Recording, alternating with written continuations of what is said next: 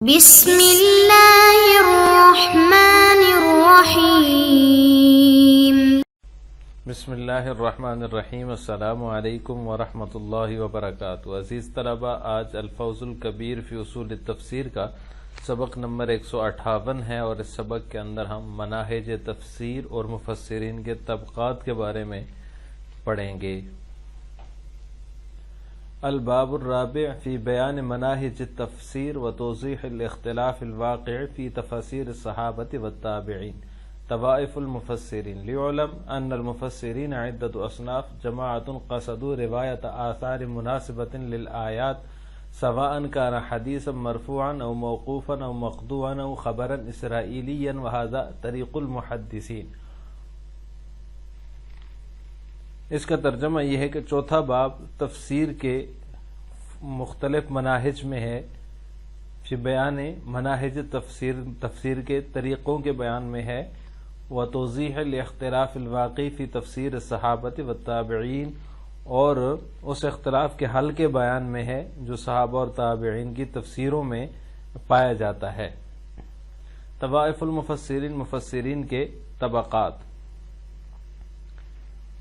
یہ مفسرین کی جماعتیں۔ لیعلم ان المفسرین عدۃ اصناف، جان لینا چاہیے کہ مفسرین کے مختلف اقسام ہیں۔ جماعت قصدوا روایت آثار مناسبۃ للآیات، ان میں سے ایک جماعت نے آیات کے مناسب آثار کو نقل کرنے کا ارادہ کیا ہے، چاہے مرفوع حدیث ہو، موقوف ہو، تابعی کا قول ہو یا اسرائیلی خبر ہو۔ مقطوع کہتے ہیں تابعی کے قول کو۔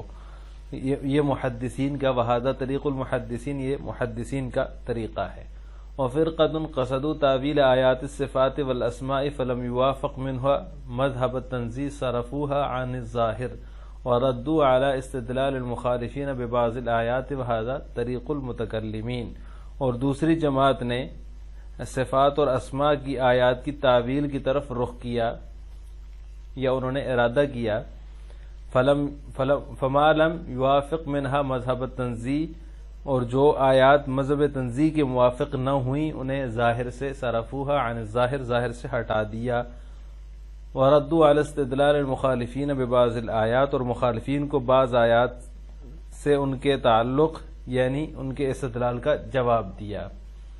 وہذا طریق المتکلمین، یہ متکلمین کا طریقہ ہے۔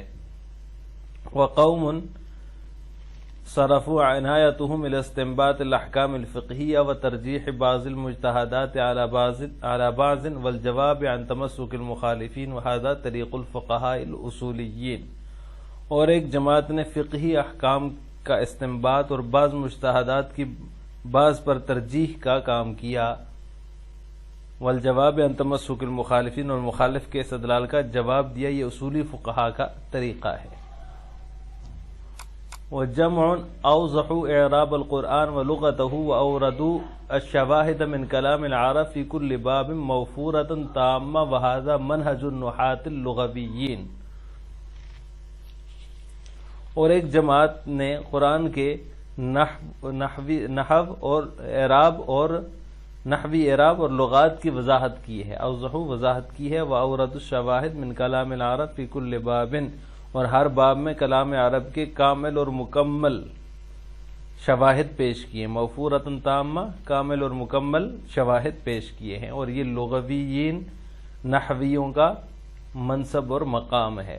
والطائفۃ یذکرون نکات المعانی والبیان بیانا شافیا ویتفاخرون فی ذلک الباب وہذا طریق الادباء۔ اور ایک جماعت جو ہے انہوں نے معنی و بیان کے نکات کو وضاحت کے ساتھ، تسلی بخش وضاحت کے ساتھ ذکر کیا ہے۔ وَيَتَفَاخَرُونَ فِي ذَلِكَ الْبَابِ، اور وہ لوگ جو ہے وہ اس باب میں فخر کرتے ہیں، اور یہ جو ہے ادیبوں کا طریقہ ہے۔ وَاهْتَمَّ بَعْضُهُمْ بِرِوَایَةِ الْقِرَاءَاتِ الْمَأْثُورَةِ عَنْ شُيُوخِهِمْ فَلَمْ يَدَعُوا دقیقا ولا جلیلا فی هذا الباب الا جاؤوا به وهذه صفۃ القراء۔ اور ان میں سے وہ لوگ بھی ہیں جو قرآن کی ان قراتوں کو نقل کرتے ہیں جو اساتذہ سے یا شیوخ قرات سے منقول ہیں۔ فلم يدعوا دقیقا ولا جلیلا فی هذا الباب، اور اس باب میں کوئی کمی وہ نہیں چھوڑتے. الا جاؤ بھی وہذہ صفت القراء، اور یہ قاریوں کا طریقہ ہے یا وتیرہ ہے. وبعضهم يطلقون اللسان بنکات متعلقہ بعلم السلوک او علم الحقائق بادنى مناسبت وهذا مشرب الصوفیہ. اور ایک جماعت ادنا مناسبت کی وجہ سے علم سلوک یا علم الحقائق سے تعلق رکھنے والے نکات بیان کرتی ہے بادنى مناسبت، ادنا مناسبت کی وجہ سے. وہذا مشرب الصوفیہ، اور یہ صوفیہ کی روش ہے. وبالجملة فالجمال واسع ويقصد كل منهم تفهيم معاني القرآن الكريم وخاض في فن من الفنون وتكلم على قدر فصاحته وفهمه واتخذ مذهب أصحابه نصب عينيه ولأجل ذلك اتسع مجال التفسير اتساعا لا يحد قدره وصنفت كتب كثيرة لا يحصرها عدد. بہرحال تفسیر کا میدان فالمجال وسیع، میدان بہت وسیع ہے، اور ہر ایک قرآن کے معنی سمجھانا چاہتا ہے. یعنی ہر ایک طبقہ جو مفسرین کا ہے، ان میں سے جو اوپر ذکر ہوئے ہیں، یہ قرآن کے معنی سمجھانا چاہتا ہے. وخاض فی فن من الفنون، اور ہر ایک کسی خاص فن میں گھستا ہے. وتکلم علی قدر فصاحتہ وفہمہ، اور وہ اپنی قوت گویائی اور دانائی کے مطابق اپنی جماعت کے مسلک کی رعایت میں گفتگو کرتا ہے. وَلِأَجْلِ ذَلِكَ اتَّسَعَ مَجَالُ التَّفْسِيرِ اتِّسَاعًا، اسی وجہ سے فن تفسیر میں ایسی وسعت ہو گئی ہے جس کا بیان کرنا ناممکن ہے، جس کی مقدار کی تحدید نہیں ہو سکتی. وَصُنِّفَتْ كُتُبٌ كَثِيرَةٌ، اور اس میں اتنی زیادہ کتابیں لکھی گئی ہیں کہ کوئی عدد ان کا احاطہ نہیں کر سکتا. یہاں سے مصنف رحمہ اللہ تعالی چوتھا باب شروع کر رہے ہیں، الباب الرابع فی بیان مناہج تفسیر، جس میں تفسیر کے طریقے یا تفسیر کے مختلف فنون جو ہیں ان کا بیان ہوگا، اور جو صحابہ اور تابعین کی تفسیر میں اختلاف ہے اس کا حل کیا ہے. تو اس میں شاہ صاحب رحمہ اللہ فرما رہے ہیں کہ جو ہے وہ اس کی وجہ جو ہے وہ مختلف جو ہے وہ طبقات ہیں مفسرین کی، کس نے کس حساب سے تفسیر کی ہے، کسی نے کس حساب سے کی ہے، اس حساب سے جو ہے وہ مختلف تفسیریں ہوئی ہیں. ان میں سے ایک محدثین کی جماعت ہے، فقہا کی ہے، اصولیین کی ہے، متکلمین کی ہے، اور اسی طرح جو ہے دیگر اس کی مفسرین کی جماعتیں ہیں جنہوں نے اپنے اپنے مسلک کی رعایت کے مطابق جو ہے وہ تفسیر کی ہے. تو اس وجہ سے صحابہ اور تابعین کی تفسیروں میں اختلاف ہے. تو اس کے یہی بیان کیے شاہ صاحب نے کہ اس کے مختلف طبقات ہیں مفسرین کے، ہر کوئی اپنے جو ہے وہ خاص فن میں ہی گھستا ہے، اور اپنی جو قوت گویائی اور دانائی ہے اسی کے مطابق وہ جو ہے وہ گفتگو کرتا ہے. علم السلوک اور علم الحقائق، آخر میں شاہ صاحب نے اس کو ذکر کیا ہے کہ ایک جماعت وہ بھی ہے جو علم السلوک اور ادنا مناسبت کی وجہ سے علم الحقائق کس سے تعلق رکھنے والے نکات کو بیان کرتی ہے.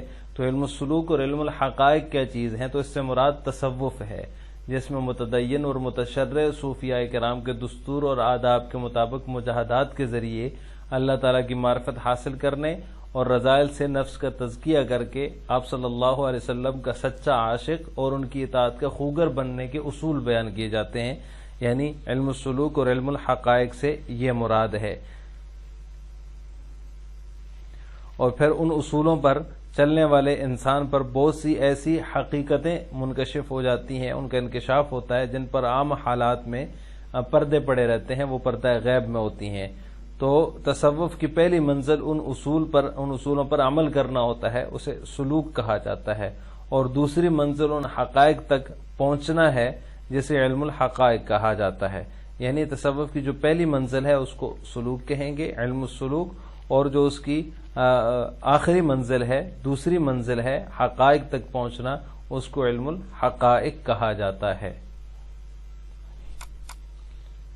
لیکن اس بارے میں ایک یہ وضاحت سمجھ لینی چاہیے کہ آیات قرآنیہ کے تحت صوفیاء کرام سے ایسی باتیں بھی منقول ہیں جو بظاہر تفسیر معلوم ہوتی ہیں مگر وہ آیت کے ظاہری اور معصور معانی کے خلاف ہوتی ہیں. یعنی بظاہر ایسی تفاسیر جو ہے وہ صوفیاء کرام سے منقول ہیں، ایسی باتیں تفسیر کے تحت منقول ہیں جن سے بظاہر یہ گمان ہوتا ہے کہ یہ اس آیت کی تفسیر ہے، لیکن جب اس کے اوپر تحقیق کی جائے، دیکھا جائے تو وہ آیت کا جو ظاہری معنی ہوتا ہے اور معصور جو معنی ہوتا ہے، جو منقول ہے صحابہ اور تابعین سے، اس کے خلاف ہوتی ہیں. اس کی مثال جیسے قاتل الذین یلونکم من الکفار. اب اس کے تحت بعض صوفیاء کرام نے یہ کہا ہے قاتل النفس فانہا، گویا کہ انہوں نے فانہا تلل انسان، گویا کہ کفار میں نفس امارہ کو بھی انہوں نے داخل کر دیا. قاتل النفس، یہاں پر انہوں نے یہ کہا کہ یہاں یہ عبارت پوری مذکور نہیں ہے، شاید کہیں رہ گئی ہے، تو قاتل النفس، تو وہ انہوں نے کہا کہ اس نفس کو قتل کرو. قاتل الذین یلونکم من الکفار کے اندر انہوں نے جو ہے اس کو بھی، نفس کو بھی شامل کر جو نفس امارہ ہے. تو یہ ان کا اپنا معنی ہے، یہ معصور معنی نہیں ہے، اور آیت کا جو ظاہری معنی ہے یہ اس کے بھی خلاف ہے. تو جو صوفیاء کرام سے تفاسیر منقول ہیں ان کے قابل قبول ہونے کی 3 شرائط ہیں. ان میں سے پہلی شرط ہے کہ ان اقوال کو تفسیر نہیں، محض وجدانی استنباط کی حیثیت دی جائے، محض اس کو تفسیر نہ سمجھا جائے. نمبر 2، یہ اقوال میں تحریف کو مستلزم نہ ہو، یعنی اتنے زیادہ وہ معنی جو صوفیاء کرام سے منقول ہے وہ تحریف کی حد تک نہ پہنچا ہوا ہو. ایسا کوئی معنی نہ ہو جس سے اس آیت کا جو ہے بالکل ہی وہ اس کے الٹ ہو جائے مفہوم کے، یا پھر کہیں اس کے اصل مفہوم جو ہوتا ہے، جو اصل معنی ہوتا ہے، وہ اس تحریف میں بدل جائے. تو ایسا نہیں ہونا چاہیے. نمبر 3، کسی آیت کے ظاہری مفہوم یا شریعت مطہرہ کے کسی مسلمہ اصول کے خلاف نہ ہو. اگر کسی مسلمہ اصول کے خلاف ہے تو بھی وہ قابل قبول نہیں ہے. اگر وہ کسی مسلمہ اصول کے خلاف نہیں ہے تو اس صورت میں صوفیاء کرام کا جو وہ اقوال ہیں یا جو وہ قول ہے ان کا تفسیر سے متعلق، وہ قابل قبول ہوگا. یہاں پہ وَلِكُلِّ حَدٍّ مُطَّلَعٌ، یہاں پہ اصل میں ایک اس تحقیقی بات کی طرف اشارہ ہے کہ محققین کا یہ مذہب ہے کہ نصوص قرآنی میں ظاہری معانی کے ساتھ ساتھ ایسے دقیق معانی اور مضامین کی طرف اشارہ بھی پایا جاتا ہے جو صرف اہل تصوف پر ہی منکشف ہوتے ہیں. تو اس پر جو ہے وہ استدلال، یہ اصل میں حدیث کا ایک ٹکڑا ہے. وہ حدیث ہے فَإِنَّ لِكُلِّ آیَةٍ ظَاہِرًا وَبَاطِنًا وَلِكُلِّ حَدٍّ مُطَّلَعًا. تو یہ اس سے استدلال کرتے ہیں محققین کہ وہ اہل تصوف پر ہی منکشف ہوتے ہیں، تو لہٰذا وہ خلاف شرع نہیں ہے بلکہ ایمانی کمال اور عرفانی مذاقی دین ہے. تو اس کا معنی وَلِكُلِّ حَدٍّ مُطَّلَعًا، اس کا معنی ہے ظاہر و باطن میں سے ہر ایک پہلو سے واقفیت کے الگ الگ طریقے ہیں. یعنی جو ہے اس کے ظاہر اور باطن میں سے ہر ایک پہلو سے واقفیت کے الگ الگ طریقے ہوتے ہیں. ظاہری معنی پر اطلاع معنی کا طریقہ تو وہ عربی دانی ہے کہ ظاہری معنی جب آئے گا جب عربی سے واقفیت ہوگی، شان نزول سے واقفیت ہوگی، ناسخ منسوخ وغیرہ کی معرفت ہوگی، تو یہ ظاہری معنی سے جو ہے وہ بندہ واقف ہو سکے گا، اس کی اطلاع ہو جائے گی اس کو. اور باطن سے باخبر ہونے کا طریقہ ریاضات اور مجاہدات کے ذریعے تزکیہ نفس اور اصلاح باطن ہے. لہذا جو ہے یہ وَلِكُلِّ حَدٍّ مُطَّلَعًا کا یہ مطلب ہے کہ یہ اہل کشف پر ہی منکشف ہوتے ہیں، ایسے معانی پائے جاتے ہیں. یہ محققین کا مذہب ہے. جو پیچھے ہم نے 3 شرائط ذکر کی ہیں صوفیاء کرام کے اقوال کے حوالے سے، تو اس کی وضاحت میں جو محققین کا مذہب ہے اس کی طرف اشارہ کرنے کے لیے یہاں پر اس کی وضاحت کی گئی ہے کہ محققین کا جو مذہب ہے وہ حدیث سے استدلال کرتے ہوئے کہتے ہیں کہ وہ اہل تصوف ہی پر منکشف ہوتے ہیں. ایسے چھپے ہوئے دقیق معانی اور مضامین بھی ہوتے ہیں قرآنی آیات کے تحت، لہٰذا وہ خلاف اشارہ نہیں ہے بلکہ ایمانی کمال کی جو ہے وہ دلیل ہیں. آج کے سبق کا خلاصہ یہ ہوا کہ ہم نے تفسیر کے مختلف فنون اور صحابہ و تابعین کی تفسیروں میں اختلاف کے حل کی تفسیر پڑھی ہے کہ اس کا حل یہ ہے کہ مختلف جو ہے وہ مفسرین کے طبقات ہیں، انہوں نے اپنے اپنے حساب سے، اپنے اپنے مسلک کے اعتبار سے اور اپنے اپنے ذوق کے اعتبار سے تفسیر کی گئی ہے، تفسیر انہوں نے کی ہے قرآن کریم کی. السلام علیکم ورحمۃ اللہ وبرکاتہ.